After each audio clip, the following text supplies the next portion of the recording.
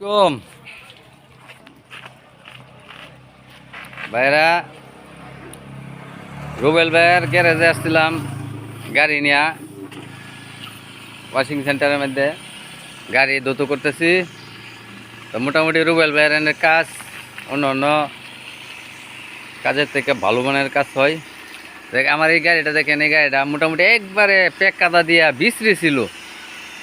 গাড়িটা এখনও দৌত হয় নাই, পূর্ণ দৌত হয় নাই, রানিং কাজ চলছে, কিন্তু তারপরেও দেখা যায় এই মুহূর্তে গাড়ি একদম ঝিকঝিকা ঝাঁকানাকা হয়ে গেছে। গাড়ি মোটামুটি ধৌত করলে আরও ফ্রেশ কন্ডিশনার হয়ে হবে। আমরা নিয়মিতভাবেই রুবেল ভাই এখানে গাড়ি ধৌত করি।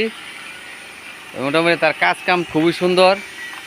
আশা করি আপনারা সকলেই motor cycle, private, pick up এগুলি সব সে সুন্দরভাবে ধৌত করে। আসলে গাড়ি ধৌত করার এটাও ভালো। তার মোটামুটি যে আমাদের আরেক ভাই বড় গাড়ি, এই আহাত ভাইয়ের সহযোগী বাবু ভাই, উনি ওই যে আসছিল গাড়ি খোলানোর জন্য, কিন্তু না গাড়ি সিরিয়াল দেখিয়া উনি বলতেছে পরে আসবো। আচ্ছা ধন্যবাদ ভাই, ধন্যবাদ। আসেন, গাড়ি ধুইছে তারপরে আবার ধুবো।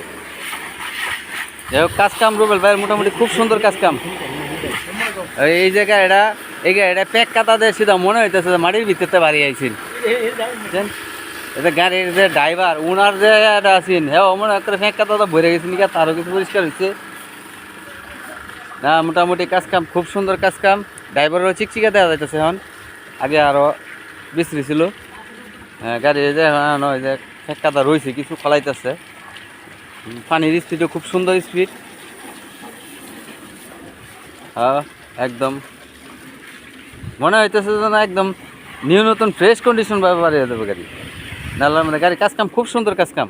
এই যে আমার আরেক ছোটো ভাই নিলয় আহমেদ, ও মোটর সাইকেল নিয়ে আসছে। ও মোটর সাইকেল সেরকম দেওয়া হয়েছে।